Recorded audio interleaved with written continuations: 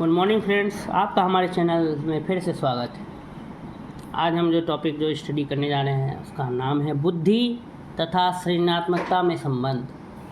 बुद्धि और क्रिएटिविटी में क्या एक दूसरे में रिलेशन है, इसको हम जानने का प्रयास करते हैं। बुद्धि के संदर्भ में एक समस्या यह है कि बुद्धि तथा सृजनात्मक के बीच कैसा संबंध है।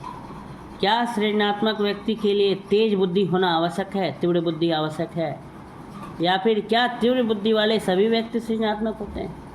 सवाल यह है कि कोई व्यक्ति कहते हैं ना हम कि बुद्धि में वो तेज है या मूर्ख है, मंद बुद्धि है या तेज बुद्धि है, तीव्र बुद्धि का है।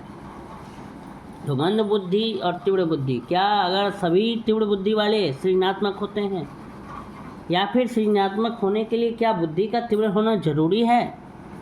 तो ये दो सवाल है। इन प्रश्नों का अगर उत्तर ढूंढना है तो उसके लिए आज लोग बड़े पैमाने पर शोध में लगे हुए हैं, रिसर्च कर रहे हैं इस पर कि क्या सिर्फ तेज आदमी ही क्रिएटिव हो सकता है, या क्रिएटिविटी होने के लिए क्या तेज दिमाग का होना ज़रूरी है। इन सवालों पर क्या हो रहा है, शोध हो रहा है, रिसर्च किया जा रहा है। भारत तथा भारत के बाहर बड़ी तेज़ी से इस दिशा में क्या हो रहे हैं, शोध कार्य हो रहे हैं, रिसर्च वर्क हो रहा है, किंतु अब तक कोई निश्चित परिणाम नहीं मिल सका। इसका जवाब अब तक नहीं ढूंढा जा सका है।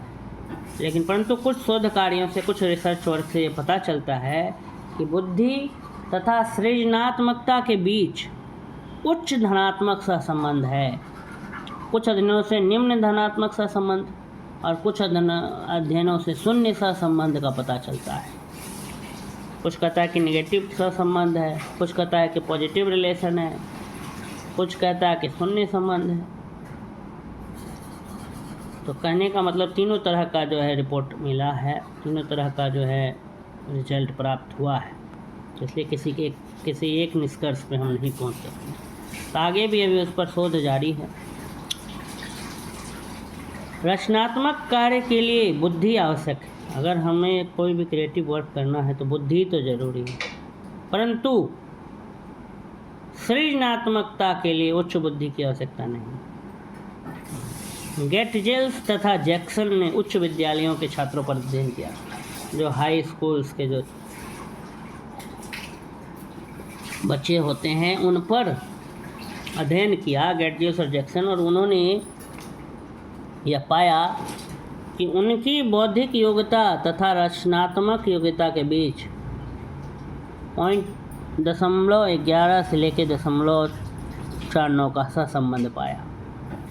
बैरोन ने अपने अध्ययन में देखा कि लगभग 120 बुद्धि लब्धि IQ, इंटेलिजेंस कोसेंट, इसका IQ 120 होगा, उससे अधिक बौद्धिक योग्यता होने पर उसका कोई भी प्रभाव सृजनात्मक क्रिया पर नहीं पड़ता।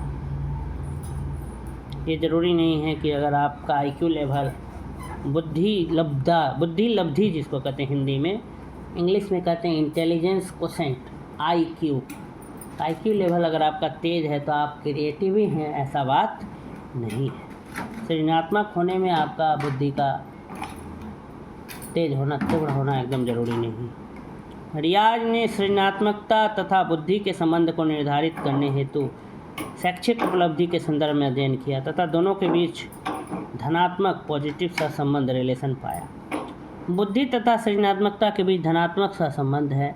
इससे सहसंबंध की मात्रा लगभग 0.50 से भी कम है। इससे पता चलता है कि रचनात्मक व्यक्ति की बुद्धि औसत लोगों की बुद्धि से अधिक होती है। जो क्रिएटिव लोग होते हैं उनका बुद्धि जो है औसत लोग की, एवरेज लोगों की बुद्धि से ज़्यादा होता है।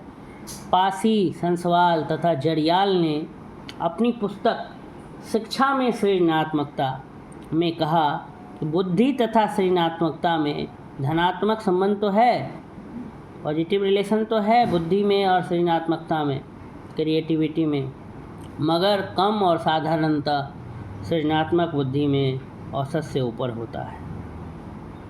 तो ये टॉपिक भी हमने पढ़ा कि बुद्धि और सृजनात्मकता में रिलेशन। अगर आपको हमारा ये वीडियो पसंद आया हो तो चैनल को ज़रूर सब्सक्राइब कर लें, लाइक बटन पर प्रेस कर दें और बेल आइकन को भी दबाना ना भूलें, जिससे कि आने वाली वीडियोज़ का नोटिफिकेशन आपको मिलता रहे। और ज़्यादा से ज़्यादा मात्रा में शेयर करें वीडियो को। धन्यवाद।